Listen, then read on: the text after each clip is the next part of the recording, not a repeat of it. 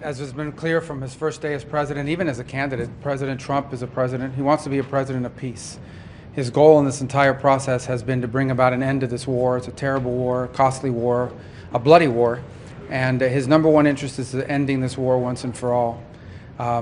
Today we made an offer that the Ukrainians have accepted, which is to enter into a ceasefire and into immediate negotiations to end this conflict in a way that's enduring and sustainable and accounts for their interests, their security, their ability to prosper as a nation. I want to personally we both want to thank the Kingdom of Saudi Arabia, His Majesty, for hosting us, for making this possible. They've been instrumental in this process, and we're very grateful to them for hosting us here today. And hopefully we'll take this offer now to the Russians. And we hope that they'll say yes, to peace. The ball is now in their court. And but again, the president's objective here is, number one, above everything else, he wants the war to end. And I think today Ukraine has taken a concrete step in that regard. We hope the Russians will reciprocate. Well, just to add to the Secretary's comments, the Ukrainian delegation today made something very clear, that they share President Trump's vision for peace. They share his determination to end the fighting, to end the killing, to end the tragic kind of meat grinder of people and national treasure that's happening on the front in Ukraine. Number one. Number two, they made concrete steps and concrete proposals, not only accepting our proposal for a full ceasefire, which you can see the details of which are in our joint statement that we released together.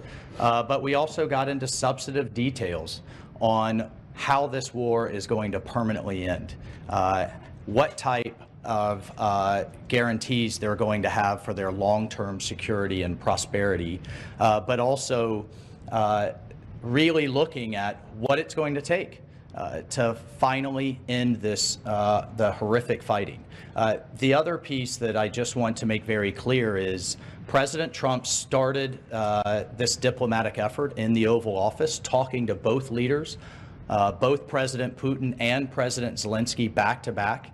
And now that shuttle diplomacy continues. We have a named delegation in terms of next steps from the Russian side. We have a named delegation in terms of next steps from the Ukrainian side. I will talk to my Russian counterpart in the coming days. Secretary Rubio will be with G7 foreign ministers in the next couple of days. We have the NATO Secretary General in the White House on Thursday, and we'll take the process forward from there. So, as a result of that, and I think as a result of this positive step forward, the president has decided to lift the pause on aid and on our security assistance to Ukraine going forward. And that's effective immediately. All right, your colleagues have chosen 3 questioners. Let's start with Alex Marquardt of CNN. Thank you. Several questions on the ceasefire. We understood that coming into this was a Ukrainian proposal for a partial ceasefire. How did this become an American proposal for an immediate 30-day ceasefire? And to be clear, you're talking about a complete ceasefire across the front line, not just the aerial and maritime ceasefire that the Ukrainians proposed. And then finally, how do you expect to take this to the Russians? Is it Mr. Witkoff, who we understand is heading to Moscow later this week? Will he deliver that to Putin? Will it be President Trump to President Putin? Will it be you and your counterparts? How will that actually happen and when? Well, on the first point, your question is yes. That's the offer. The offer is to stop the shooting.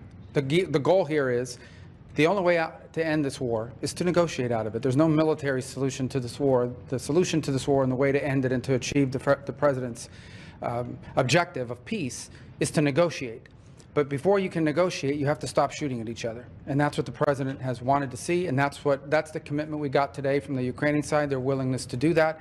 Obviously, now that'll be delivered to the Russians. It'll be delivered to them directly through multiple channels, meaning not only will they obviously see it, but it'll be communicated to them through our diplomatic channels, through conversations and other methods, but they'll obviously be well aware. And our hope is that the Russians will say yes, that they will also agree. So the shooting will stop, the killing will stop, the dying will stop, and the talks can begin about how to end this war permanently in a way that's acceptable and enduring for both sides.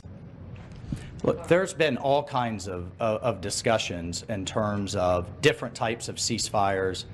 You know, there was the deal in terms of grain moving years ago. There's been discussion of halting aerial attacks on each other's infrastructure. The president has made it clear, and certainly made it clear to us, that all fighting needs to stop. And the Ukrainians have agreed to that proposal. They're ready for peace. And now we'll take that to the Russians and get their response. All right, next, Jennifer Jacobs, CBS. Great. Hi. Are you expecting any goodwill gestures from Russia? Do you have a deadline in mind for when you're hoping for them to reciprocate on that? Those two things. Well, we're going to take the offer to them. We're going to tell them this is what's on the table. Ukraine is ready to stop shooting and start talking. And now it'll be up to them to say yes or no. I hope they're going to say yes. And if they do, then I think we made great progress. If they say no, then we'll unfortunately know what the impediment is to peace here. But the president's been abundantly clear. He wants the shooting to stop. He wants the warfare to stop. He wants the dying and the suffering to stop. And he believes, and rightfully so, that the only way to end this war is to negotiate an end to it.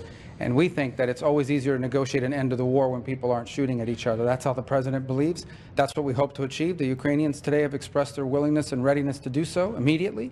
We hope the Russians' answer to that will also be yes. But no deadline set, sir.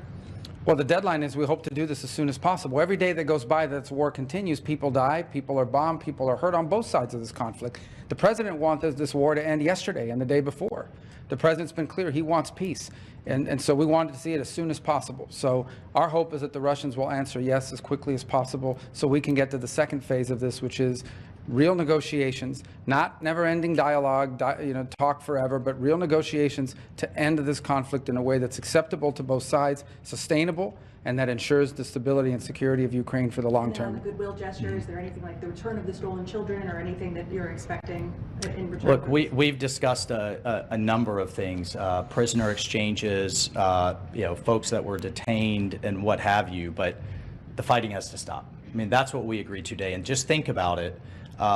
We've gone from if the war is going to end to now how the war is going to end, and this was an important first step, and that was under President Trump's leadership. He has literally moved the entire global conversation to where we had a very senior Ukrainian delegation with us today. We've had engagements with our Russian counterparts, and now it's how the war is going to end, and that's under President Trump's leadership. Just to answer your question one more time, the goal here is peace. That's the president's goal.